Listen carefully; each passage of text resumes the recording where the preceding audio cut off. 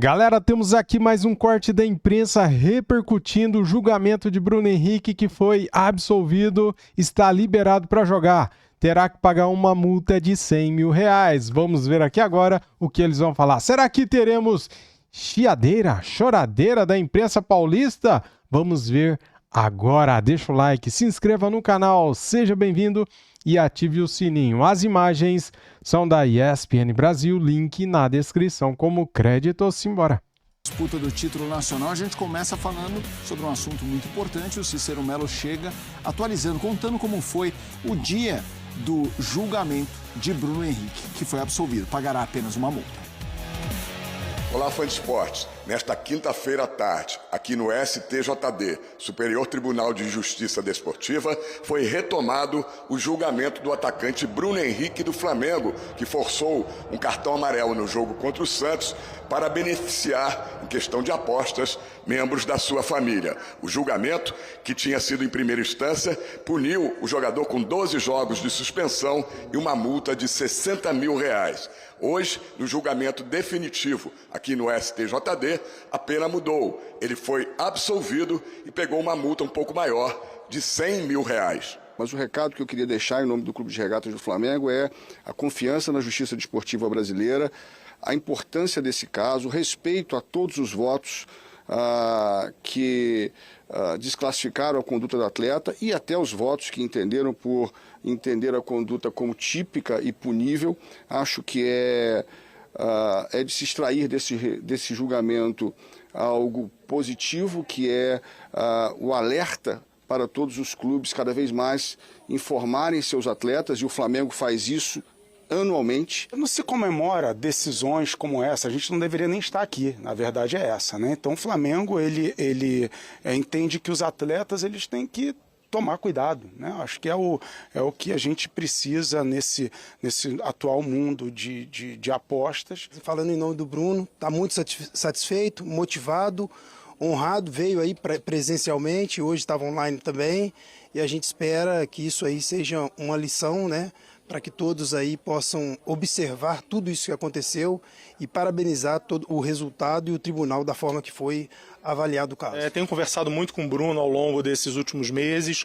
Ele sempre esteve tranquilo da conduta dele, da inocência dele, que ele jamais cometeu nenhum ato que agredisse o futebol brasileiro. O Bruno agradece toda a solidariedade que ele recebeu nesse momento e parabenizar também a condução do presidente do tribunal, que conduziu muito bem o processo, no tempo justo, não foi nem mais rápido, nem mais demorado, como foi dito durante a sessão de julgamento hoje, do que a maioria dos processos similares, e parabenizar o tribunal e agradecer pelo resultado justo que foi aplicado.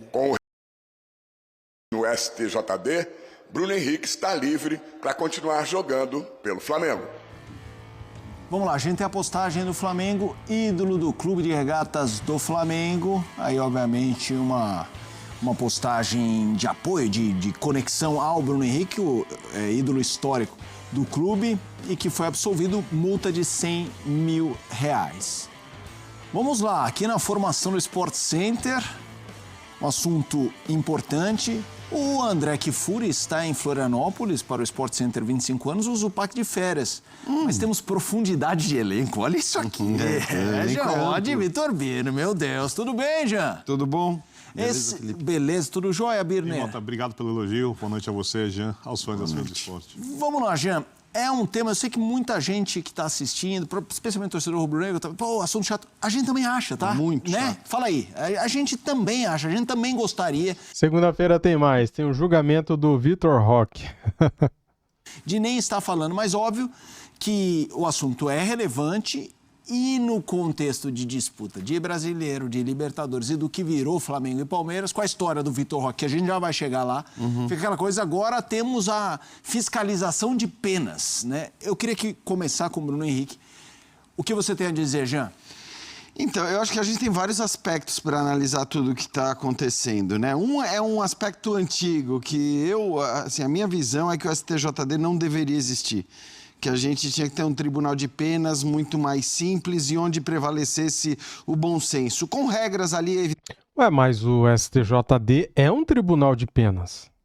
evidentemente para nortear a média das punições, mas assim, aí é aquela história, acabou uma rodada, acabou uma penalização, quer dizer, você chegou à conclusão de que alguém cometeu uma irregularidade, você define essa pena na semana seguinte, na semana subsequente no máximo, tá? Sei lá, primeira semana para julgamento, segunda para recorrer e acabou. E obrigatoriamente as punições elas têm que ser cumpridas ou não, logo depois daquelas rodadas onde as irregularidades foram cometidas ou descobertas, né? Como é o caso dessa. Ainda que essa seja mais complexa. Então, infelizmente, toda vez a gente tem esse circo, toda vez o STJD aparece no final do campeonato e por isso se torna uma instituição com uma credibilidade muito baixa na visão das pessoas e as próprias pessoas responsáveis pelas decisões não se ajudam, como a gente acabou vendo agora com todas as fotos do cara, com a camisa desse, com a camisa daquele. Eu nem entro nessa questão. Infelizmente, eles tinham que tomar os cuidados para que isso não acontecesse. Pelo menos tomar cuidado. Apaga as fotos. Se você é torcedor, você tem nas suas redes sociais, apaga tudo para não gerar desconfiança que já é muito grande. Dito tudo isso, quer dizer, eu tenho essa ideia de que o STJD não deveria existir, falo isso há muito tempo, a gente tem que entrar no caso específico do Bruno Henrique. E aí eu fui até consultar, porque assim, eu acho que nessas horas não dá para dizer o que a gente acha, o que a gente gostaria que fosse acontecer tal. Eu fui consultar um advogado em quem eu confio plenamente, num tempo em que as pessoas acham que opiniões são emitidas porque você torce para X ou torce para Y. Ele não torce para nenhum dos dois times, nem para o Flamengo, nem para o Palmeiras. E para nenhum dos estados deles. Para nenhum dos estados. Você sabe quem é, né? Exato.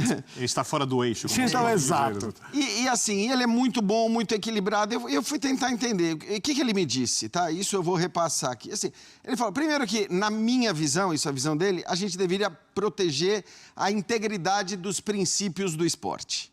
Então, a partir daí, se você quer proteger a integridade dos princípios do esporte, vamos pensar, um caso como esse, ele fere a integridade do esporte, não fere? Como deveria ser a punição, como não deveria ser a punição? E você deveria partir daí. Porque você tem artigos que permitiriam uma avaliação diferente da que foi. E na visão deste advogado, ele fala, cara, para mim, o que foi feito não era o melhor caminho. Não era o melhor caminho. Ainda que ele reconheça que a defesa do Flamengo foi perfeita, foi muito boa, foi praticamente impecável. Isso para dizer, o Flamengo pegou o que ele poderia pegar na brecha, nas brechas legais, jurídicas, o artigo onde o Bruno Henrique foi julgado, e dentro daquilo conseguiu se defender muito bem. Né? Ainda que a gente tenha tido, até mesmo assim, na votação, uma discussão muito grande. Mas, na visão dele, você tinha artigos que poderiam... Então, a atitude contrária à ética esportiva. Foi uma atitude contrária à ética esportiva? Foi. Foi. Poderia ter entrado ali. E ali você poderia ter até 12 jogos de punição. Que foi, inclusive, o que, primeiramente, foi a primeira punição do Bruno Henrique, né? Ele não pegou os 12 jogos, ele pegou os 12 jogos e teve efeito suspensivo. Nem sei se nesse artigo ou não, mas o que eu estou querendo dizer é que havia um outro caminho para que ele fosse punido para proteger a integridade do esporte. Esse caminho não foi tomado, né? Não foi a decisão daqueles que o julgaram. Havia um outro artigo que fala, acho que é 283, eu já esqueci o número dos artigos e tudo mais, mas que fala de casos omissos. E o CBJD, ele é omisso em relação a apostas. Então, se você é um caso omisso em relação a aposta, você poderia ir ao estatuto da CBF ou da FIFA que falam de apostas. E você poderia também ter uma punição. O que me parece, é isso aí que eu estou falando, assim, o que me parece é que uma atitude cujo benefício é um benefício financeiro, no fim das contas, né? E que fere a ética esportiva e tudo mais, né? Mas assim, quando o benefício da ação é benefício financeiro, chega a ser irônico que a punição seja 100 mil reais e não uma punição. Então, eu acho que tem muita coisa para se discutir e o perigoso é o precedente, né? Acho que assim, agora é importante que pelo menos se mude o código para que esse precedente não seja usado em casos futuros. Porque senão vai virar uma festa de jogador usando que seja informação privilegiada para dizer, olha, eu vou tomar cartão, eu não vou jogar, esse jogo eu vou fazer isso, eu não vou fazer aquilo. E aí a gente vai ter um problema maior do que já tivemos nesse imbróglio todo. Então, acho que agora já foi, o Bruno Henrique está absolvido, eu uso até o absolvido, né? Não é absolvido, porque ele vai ter que pagar R$100 mil, mas não tem uma punição, não tem uma suspensão. Eu acho que agora é hora de pensar para frente. É hora de pensar em mudar o código para que casos como esses estejam contemplados ali e que a punição não seja uma punição tão branda como foi a punição do Bruno Henrique. Vitor Birner, quero te ouvir também. É um prazer tê-lo aqui no Sport Center. Birner. Bom, eu acho que a questão de ferir a ética esportiva ela é discutível, porque ela, para mim, fere a ética das apostas em jogos de futebol, porque alguém sabia antecipadamente que ele tomaria um cartão. A ética esportiva está ferida antes, na própria argumentação de que vou tomar o cartão. Né? Essa admissão, que também é um outro ponto, eu nem entrei nesse ponto. Então, um dos auditores falou isso, eu esqueci o nome dele aqui, depois eu tenho anotado, que o jogador tomar o terceiro cartão amarelo fere a ética esportiva, para não jogar o próximo jogo. Eu discordo muito disso. Eu acho que é uma coisa que pertence à regra do esporte, seja ela boa ou não. Essa é uma coisa, por exemplo, eu não suspenderia por 3 cartões, eu não suspenderia nem por cartão amarelo. A gente pode discutir para que servem os cartões amarelos, mas a partir do momento que você faz isso, para mim é como, por exemplo, o momento em que o Suárez na Copa do Mundo, sabendo que vai ser expulso, evita que uma bola entre para a sua seleção ser eliminada. O jogador faz uma falta evitando um gol em algum momento e sabendo que vai ser expulso, é orientado pelo clube. Nesse caso. Então, eu não acho que tomar um terceiro cartão amarelo é uma coisa que não pertence ao jogo de futebol, sabendo que você vai ter um jogo mais fraco depois, ou que você precisa fazer um tratamento médico, alguma coisa. A regra é essa. Ela é boa? Ela não é boa, mas essa é a regra. É a lei. Né? E, como a gente viu nesse caso, as leis são interpretáveis, cada um do seu jeito. O que o Bruno fez não interfere no resultado do jogo. Isso é essencial, tá? Interfere para quem vai apostar, porque, repito, alguém sabia que ele ia tomar esse cartão e decidiu apostar por isso, e alguém próximo dele, por isso ele foi punido. Agora, a punição em si, eu entendo o que o Jean disse, eu também tentei me informar um pouco, ele podia ser enquadrado em outros artigos, aí vai muito da interpretação legal de cada um, tanto é que não houve unanimidade na decisão, né? Foi uma decisão de 6-3, ou seja, havia outros especialistas no julgamento que interpretaram que ele devia ter sido suspenso por 12 jogos, desculpe.